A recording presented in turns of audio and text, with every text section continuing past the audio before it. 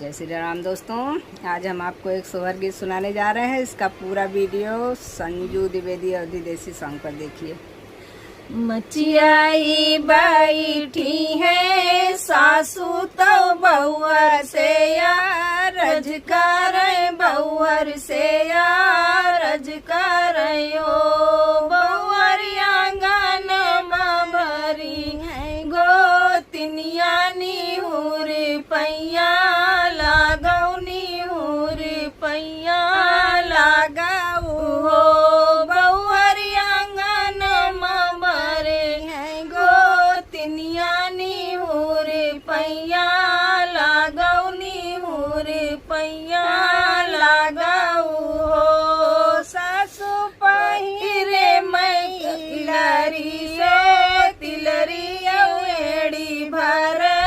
पायल एड़ी भर पायल हो सासू पहिरे मैं गले बीचे